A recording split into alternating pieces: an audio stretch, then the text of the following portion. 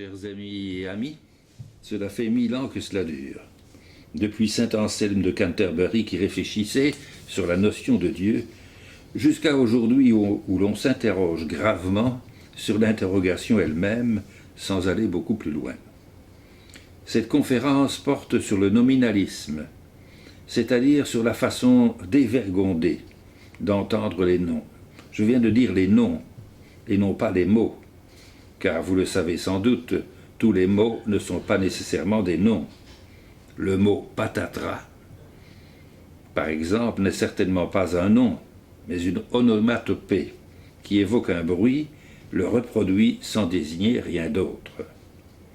De leur côté, les articles, les démonstratifs, les relatifs, les adverbes, les négations sont ce que les logiciens médiévaux appelaient des syncatégorèmes, dont le rôle dans le langage est de nuancer la phrase et de préciser les catégorèmes, c'est-à-dire les noms. Mais mon propos ici n'est pas de vous donner un cours d'introduction à la logique, comme ont dû parfois le subir avec une rare bienveillance mes étudiantes et mes étudiants. La réflexion porte sur la signification du langage. Elle a commencé principalement avec Pierre Abélard, qui voulait savoir, malgré ses démêlés orageux avec saint Bernard et ses amours passionnés avec la belle Héloïse, ce que signifie un terme universel dans un discours. Autrement dit, quelle est la consistance ontologique d'un terme abstrait de portée universelle. Consistance ontologique, je veux dire par là la solidité existentielle d'un nom dont on sait qu'il n'a pas d'équivalent dans le réel. Par exemple, le nom humanité ne renvoie pas à une réalité qu'on puisse saisir, voire qu'on puisse toucher. En effet, on n'a jamais vu une humanité se promener dans la rue. Un homme et une femme, oui, mais pas une humanité. Il y a donc dans le langage des termes très signifiants qui ne correspondent pas directement à une présence immédiate. Maître Pierre Abélard, s'est opposé à ceux qui voulaient insérer dans le réel des fragments de signification, eux que j'ai appelés, dans mon dictionnaire des philosophes médiévaux, que vous connaissez tous, n'est-ce pas, les réistes, tout en soulignant le caractère construit du langage.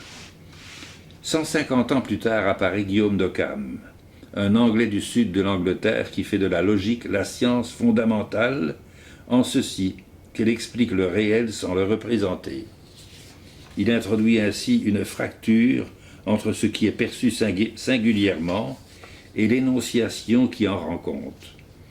Il privilégie dès lors, dans l'activité cognitive, dans la connaissance si vous voulez, la perception sensible des choses et opte pour, comme le dit si bien Gilles Meyer dans son autobiographie critique qui paraîtra bientôt, l'autarcie du discours mental, le réel au fond étant refabriqué par le sujet pensant. Ce faisant, il prépare les interventions plus tard de David Hume et d'Emmanuel Kant du XVIIIe siècle, aux yeux de qui l'activité intellectuelle est une restitution approximative de la connaissance sensible. J'ai oublié de vous dire que Guillaume d'Occam a vécu au XIVe siècle, donc 400 ans avant David Hume et Emmanuel Kant. En ultime instance, Maître Guillaume d'Occam, est un prophète de l'empirisme, à savoir cette attitude philosophique qui confond le réel avec l'expérience sensible, ou plus largement avec la science expérimentale. Traduit autrement, son nominalisme consiste à ne voir dans les noms que des restitutions intelligentes et éloignées du réel, puisque le réel, à ses yeux, c'est exclusivement l'expérience sensible. Ce faisant, il conteste le discours métaphysique, brisant, comme le disait mon vénéré maître Van Steenbergen, je cite, « d'une manière irrémédiable l'unité de la connaissance humaine, puisque l'expérience et la pensée conceptuelle ne sont plus reliées que par un lien fragile. » Fin de la citation. Ce qui n'est pas le cas de son contemporain Jean Buridan, ou du disciple de celui-ci, Nicolas Oresme, qui va beaucoup moins loin et qui reprend à son compte dans une large mesure la conception de Thomas d'Aquin et d'Aristote, aux yeux de qui il n'y a rien dans l'intellect qui n'ait été auparavant dans le sens. En latin, nihil est in intellectu quin prius fuerit in sensu. Pour maître Thomas d'Aquin, le concept est issu de l'expérience sensible par un phénomène d'abstraction que développe l'intellect. Buridan reprend à son compte ce point de vue, mais souligne en même temps que le langage a aussi une assise sociale dans son expression écrite et parlée, tout en étant étroitement lié au sensible enregistré par l'intellect. La conception d'Occam privilégiant l'expérience sensible à l'exclusion de l'intelligible, ou plus exactement séparément de l'intelligible, sera reprise à sa façon par Francis Bacon, puis David Hume, pour lesquels l'activité intellectuelle, autrement dit la logique, est une pure fabrication de la pensée sans qu'il y ait nécessairement une connexion étroite entre elle et le sensible. Puis ce sera Kant, inspiré par David Hume, qui parlera des formes a priori de l'entendement, dans lesquelles viennent s'encastrer nos activités intellectuelles, confirmant ainsi la rupture entre le réel et le conceptuel. Le brave Kant, en bon luthérien qu'il était, s'efforcera de restaurer le spirituel et le rationnel à travers les exigences morales du comportement en société. Par exemple, il dira qu'on peut prouver l'existence de Dieu uniquement à partir des comportements moraux des individus. Il faut qu'il y ait quelqu'un qui récompense le bien et le mal. Et comme ça, dit-il, on peut prouver Dieu, mais pas autrement. Je ne vais pas ici dresser le panorama des idéologies post-kantiennes du XIXe siècle. Presque toutes sont d'origine allemande. Hegel, Schopenhauer, Marx, Nietzsche, Freud. Dans toutes survit une sorte d'idéalisme qui insiste sur le caractère factice et élaboré du discours. Suivront au XXe siècle Husserl et Heidegger, et surtout les penseurs français qui s'en inspireront et produiront une théorie de la connaissance d'où sont exclues toutes les notions métaphysiques traditionnelles telles que les notions de cause, de nature, d'être, de bien.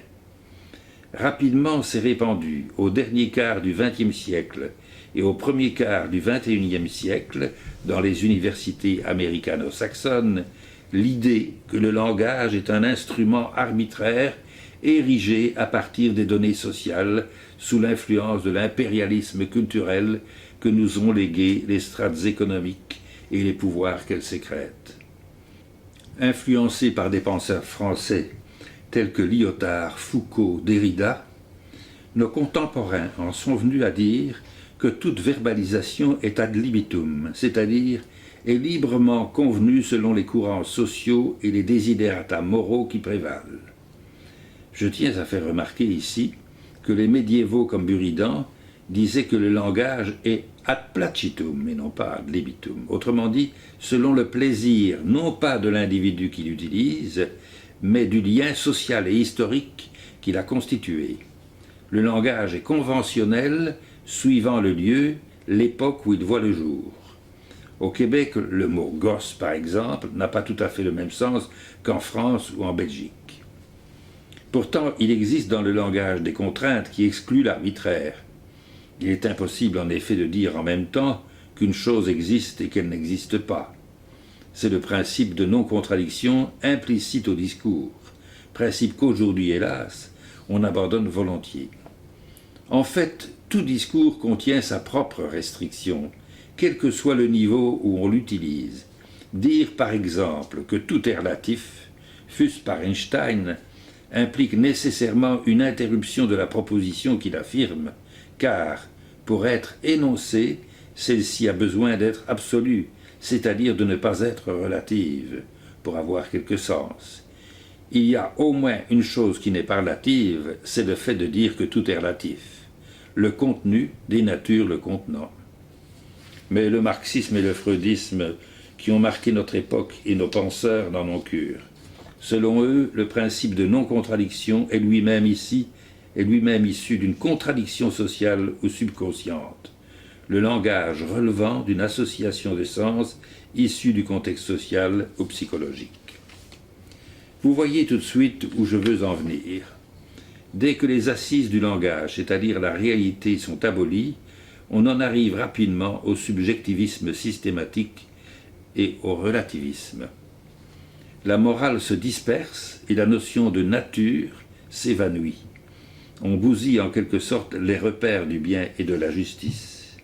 Mais attention, il ne faut pas croire pour autant que les promoteurs du nouveau langage ou de la nouvelle morale abandonnent les notions de bien et de mal. C'est tout le contraire, hélas, qui se produit. Le bien et le mal sont plus que jamais présents, mais sont définis en fonction de la pensée et de l'appartenance sociale de ceux qui les définissent, et ils sont d'autant plus affirmés qu'ils sont réinventés. C'est le retour des interdits au détriment de la liberté de conscience dont ces promoteurs se sont prévalus. Car les noms dorénavant ont une valeur magique et ne désignent plus le réel, mais l'intentionnalité, voire l'imaginaire de ceux qui les profèrent. Vous direz que j'enfonce des portes ouvertes. Nenni. Les exemples ne manquent plus dans la vie courante. Vu mon passé d'économiste patenté, je peux vous citer un cas énorme de nominalisme, dont personne ne parle jamais et qui a trait à l'activité économique. Quand le 15 août 1971, le président Nixon déclarait le dollar inconvertible en or, réalisant ce que l'on appelle le cours forcé, il entraînait le monde entier dans le nominalisme monétaire. La monnaie américaine devenait la valeur universelle de paiement sans s'appuyer sur rien, si ce n'est sur le nom dollar US. Bien sûr, cela repose théoriquement sur la puissance économique des États-Unis, pourvu qu'elle dure. Pourvu que ça dure, disait la mère de Napoléon. Aujourd'hui que les États-Unis sont endettés jusqu'au cou, 400 000 milliards de dollars, maintenant que la réalité les rattrape, le nom dollar perd peu à peu de sa crédibilité et de sa fiabilité. Qu'est-ce qu'il adviendra? Je crains le pire. Je viens de donner un exemple de nominalisme monétaire, mais on pourrait faire appel à la publicité où le nominalisme triomphe sans vergogne. Dans un message publicitaire, c'est moins le produit qui est mis en valeur que le nom de la marque qui le vante et est répété à satiété, à tel point que le consommateur est subjugué. Une autre conséquence de cette rupture entre le réel perçu et l'intellect qui en rend compte, c'est l'apparition d'un certain fidéisme, c'est-à-dire cette propension à ne justifier les réalités métaphysiques et spirituelles que par le recours exclusif à la foi. En effet, si le principe de causalité, par exemple, est mis entre parenthèses pour justifier l'existence de Dieu, puisque ce principe n'est qu'un nom, la seule issue qui reste aux croyants face à l'incroyant, c'est de se justifier par l'argument de la foi. Tu n'as pas la foi, dira le croyant à l'incroyant, tu ne peux pas comprendre. Même si cette assertion est plus ou moins vraie, elle rend fort contrarié le dialogue entre les deux et impossible l'approche métaphysique. Ce n'est d'ailleurs pas un hasard si Luther et Calvin ont insisté sur la sola fides en vertu de la sola scriptura. Ce qu'il y a de bancal dans ces prises de position, c'est le mot sola qui exclut tout recours, par exemple, à la réalité des sacrements et laisse la place à l'interprétation des homélistes pour redéfinir le sens. C'est le règne du baratin évangélique, ou évangéliste, ça dépend. Dans ce cas, on peut répéter le dicton latin verba volant, les paroles s'envolent. Étienne Gilson va plus loin dans son ouvrage La philosophie au Moyen-Âge. Pour lui, le nominalisme d'Occam et a fortiori de ses sectateurs évacue la raison fondée sur le réel du comportement moral. Dieu, dans ce cas, n'est plus tenu à la non-contradiction, comme le pensait saint Thomas d'Aquin. Pour saint Thomas d'Aquin, Dieu ne peut pas se contredire, bien sûr, mais il peut librement déclarer moral le meurtre ou l'adultère, puisque le discours, dans cette optique, est une pure invention de l'intellect, sans rapport immédiat à la réalité. Une autre forme de nominalisme est le nominalisme politique, comme on a pu le rencontrer dans la pensée soviético-russe, et dont un certain marxisme de stricte observance, présent dans certains partis que je ne nommerai pas, nous casse les oreilles. Je ne vous apprendrai rien en vous évoquant les différentes mutations du mot démocratie, qui depuis des décennies désigne simultanément une chose et son contraire. Plus nominaliste que ça, tu meurs. On peut même se demander aujourd'hui si ce n'est pas le propre de l'activité politique d'asservir la vérité du discours à l'utopie des revendications. On peut même ranger dans ce nominalisme équivoque un certain discours religieux qui nous envoie par la tête des termes comme cléricalisme, synodalité, écuménisme, dialogue interreligieux, réforme liturgique et j'en passe, alors que l'on sait très bien qu'ils signifient n'importe quoi dans n'importe quel sens. Leur seul mérite est qu'ils viennent d'en haut, et chacun sait que plus les choses tombent de haut, plus elles se cassent la margoulette. Et que dire de la notion d'âme dont ce séminaire se préoccupe?